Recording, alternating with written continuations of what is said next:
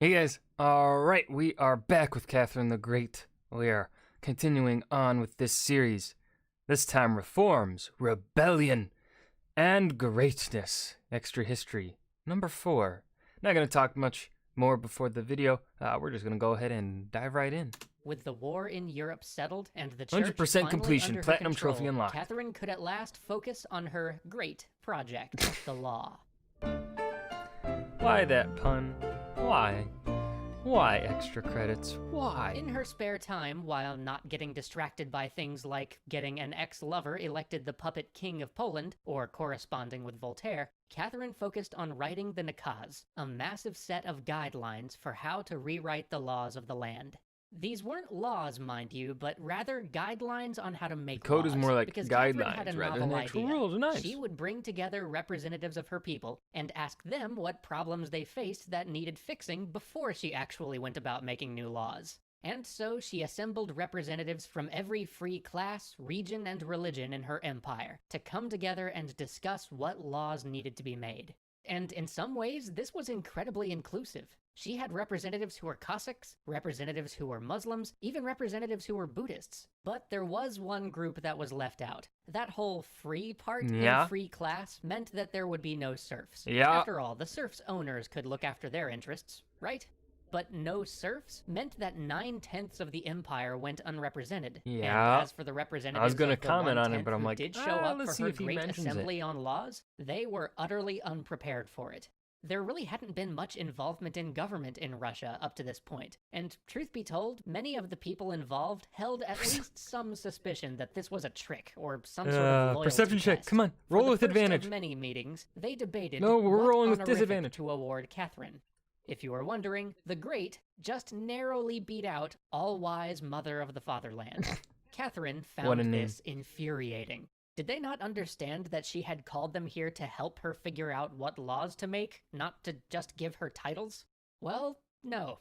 In fact, a fair number of them couldn't even read the guidelines she gave them. Oh no. And even fewer really understood the heavy Enlightenment philosophy which formed the basis of the Nakaz. Which meant that getting anything useful from them was like pulling teeth. No, The don't pull teeth. merchants wanted the rights of nobles. The nobles wanted to be able to engage in commerce as merchants. And the peasants mostly gave very specific complaints about how that jerk Boris from the next village over keeps letting his cows treble my fence. What are you doing Can to we my make a law boar? about that?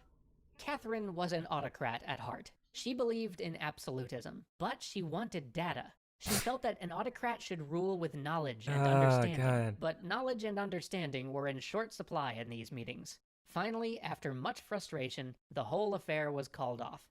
Foreign events had become more pressing.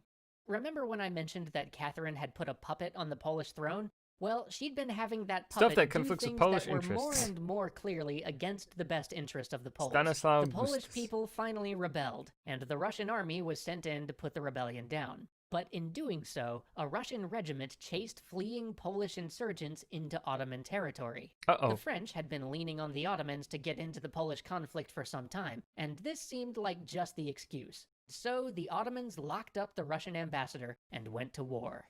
This turned out to be a poor decision on the Ottomans' part. Once seen as near equals, the Russians belied expectations and delivered the Ottomans a series of crushing defeats. On land, the Russian forces, led in small part by one Grigory Potemkin, seemed invincible. And at sea, where the Turks thought themselves to be unopposed because the Russians had no port on the Black Sea, the Russians conceived of a bold plan to take the Baltic fleet, sail it all the way around Europe, and surprise the Ottoman fleet from the rear. The plan worked.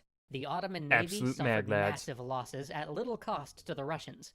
But the Russians didn't get quite as much from the war as might first have been supposed, partly because of pressure from other foreign entities who didn't want to upset the balance of power too greatly, and partly because something curious was happening back home in the Urals. But first we must talk of the treaty that ended the war, the Treaty of Kachuk-Kainarza. It gave the Russians a fair swath of territory, but most importantly, it gave Russia ports on the Black Sea, which had been one of their strategic goals for a very long time. It also provided war reparations, which helped with the ongoing problem of Russia being kinda broke.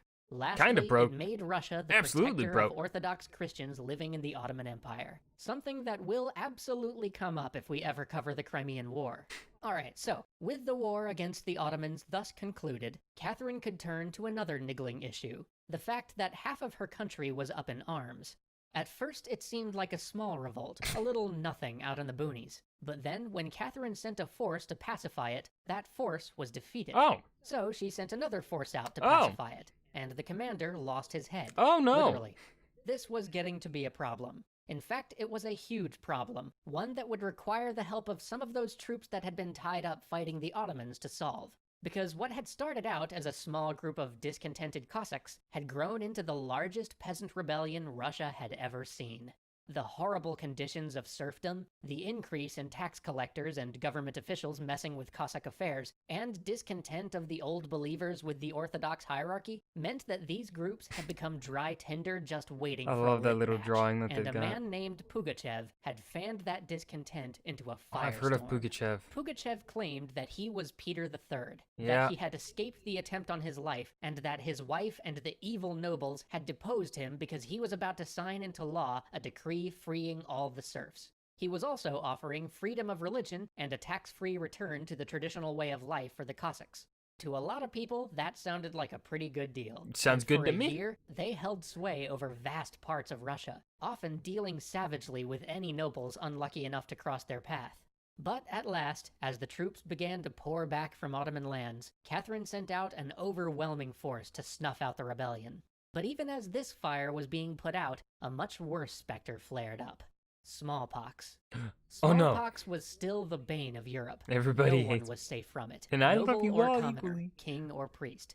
It had just burnt through the Austrian Wanted royal for family, destroying a royal destroying family and- their line of succession. And here Catherine was, never having contracted it. Perhaps worse still, here her son was, with whispers all around court of the uncertainty of his ever ascending the throne, because he had not yet suffered and survived the disease. Catherine herself said that she lived in fear of the disease every day. Too many people she had known had been claimed by it. So at last, student of the Enlightenment that she was, she took a bold step. She summoned a doctor from Britain to inoculate her.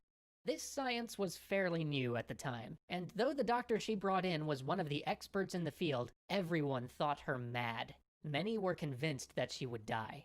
But she lived. Nice. After a few small pustules and some aches, she was fit and forever inured against the disease. Soon she had her son inoculated too. But she didn't just do this for herself. She knew that her people were a wary, suspicious people, especially when it came to disease. She hoped that, by her example, she could convince others to get inoculated too.